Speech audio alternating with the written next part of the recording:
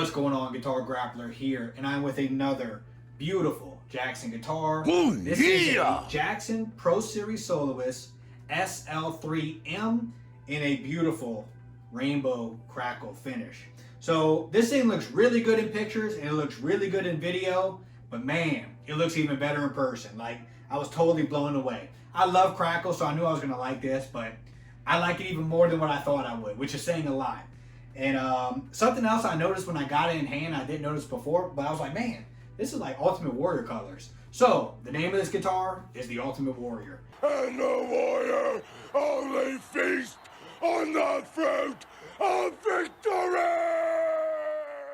And I put my Ultimate Warrior wrestling buddy in the background just to add a little something to it, you know, to go along with the look of the guitar. I have my Hulk Hogan wrestling buddy behind the camera too. I've had these since I was like 3 years old. I'll never get rid of them. But anyways, as good as this thing looks, it plays and sounds and feels just as good. I mean, it's an incredible instrument, I will say that. And it is actually made in China, believe it or not. So Jackson, all their crackle guitars are made in China. Now, I had an X Series green crackle Jackson, and it was a very good guitar, especially for a Chinese-made guitar. Very good. But the specs are less, and you could feel it. It's not the same as this. Like, this is definitely a step or two up. And we'll go over some of the specs as to why. But man, as soon as I plugged it in and played it, I was like, oh yeah, this is a level up. Now these were somewhere between like 12 to 1400 retail, which once again, as a Chinese guitar, you're like, man, that's kind of a lot for a guitar made in China. But if you told me this was made in Japan, you told me this was made in Korea, I would never know. Genuinely, I would never know. So the Chinese manufacturers are really doing a great job on these higher end Jacksons. So speaking of when I plugged this guitar in, one thing that I noticed was I plugged it in and it was like almost perfectly in tune. And this shipped across the country, you know? And this is a used guitar also. So I was very impressed with that. The intonation on this thing is great too. Like, I don't know, I was just very shocked when I plugged it in. I wasn't expecting it to sound as good as it did. But yeah, let's go over some of the specs on this guitar and get a closer look. This guitar has a basswood body with a gloss finish over that beautiful rainbow crackle. The bridge pickup is a Seymour Duncan Distortion TB6. The neck and middle pickups are Seymour Duncan custom flat strats. It has a 5-way blade switch, and the controls are a volume and a tone. And the bridge is a Floyd Rose 1000, which is recessed into the body so you can pull up and push down on it. This guitar has a 25.5-inch scale length with a maple fingerboard and a 12-inch by 16-inch compound radius. It has 24 jumbo frets. They're very nice and rolled at the edges, but they are nickel, and they have the black piranha tooth inlays. The headstock has the matching rainbow crackle finish with the white Jackson logo, and the headstock is standard in line. The back of the body matches the front. It has a painted maple neck with a gloss finish. It is a neck through construction, and it comes with Jackson die-cast tuners. However, the person I bought this from upgraded to Goto locking tuners, which I highly suggest. Now let's zoom out and get a full look at the back of that guitar, because it is absolutely gorgeous. Look at that. Hey, would you look at this? You know what I mean? Yeah, sure. So that's the specs of the guitar. Let's go over some of the features of the guitar that I really like or I would change. So some of the stuff that I would change, a lot of these higher end Jacksons are actually coming HSS, I'm noticing. I don't use that middle pickup. I wish it wasn't there. Now, granted, when I get it, I just lower it as low as you could possibly lower it and get it out of the way, and it works just fine. It's no big deal. Both of my Dinkies have it. It doesn't really bother me, but I would prefer if they started making more models without it, especially a model with just a bridge. I don't think they make any, or there's probably not a lot at least, that have just a bridge pickup. I like the way that looks, and I like how simple and to the point it is. But I get, you're getting more for your money, I guess, by having all three. I would just prefer one without it. Another thing too is that I like shark fin inlays on my Jacksons. You know, like that's the look that I like on the old Charvels and on Jacksons. They're doing a lot of piranha teeth on these higher end ones. Sometimes they do the double piranha teeth. Sometimes they'll do, they're doing dot inlays where it would be like at the top or staggered.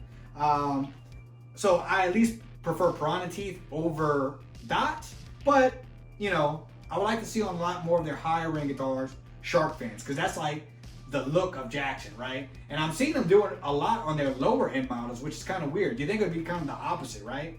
But it's not. So, but no big deal. I still think they look cool. What else? Let's go over some of the stuff I like.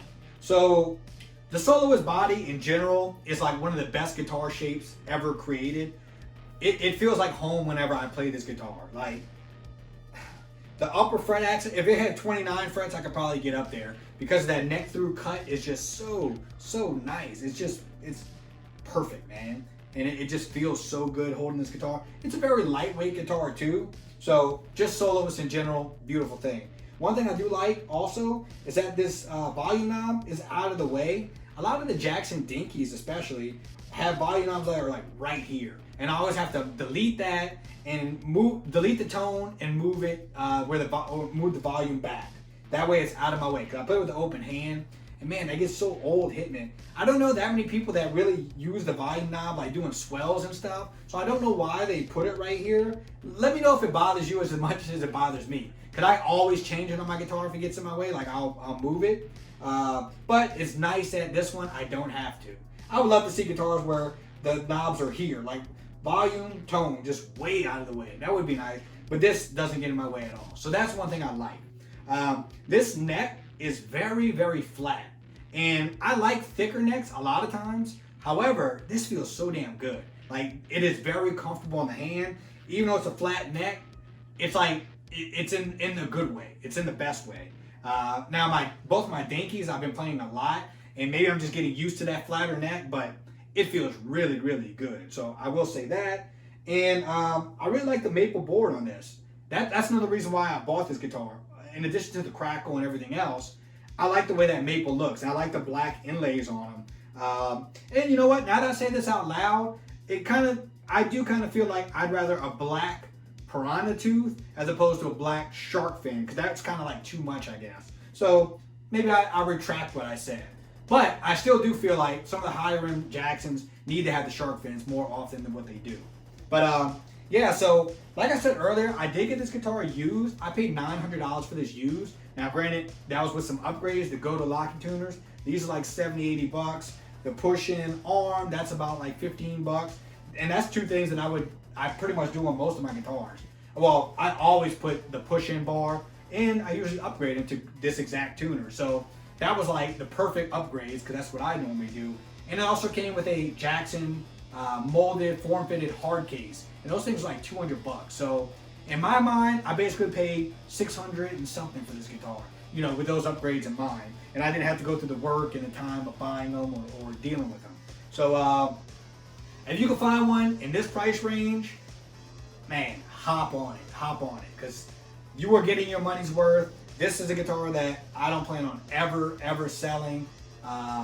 It's just too nice. It plays so good, it looks so good, and I am very, very happy with it. So please leave any comments if you have any questions or anything. I am very, very close to being monetized, which, you know, just getting monetized just means basically like I'm able to buy some strings with the money I'm making a month on this channel, which is nothing, but you know, I've been doing this channel for about 3 years, so please like and subscribe and comment, help my algorithm out. That way I can maybe buy some strings once a month for free just by doing this guitar channel, because I really just do this just because I love guitar and I love talking about it, and I love reviewing guitar. So, you know, any extra bonus is great. So anyways, I appreciate you watching.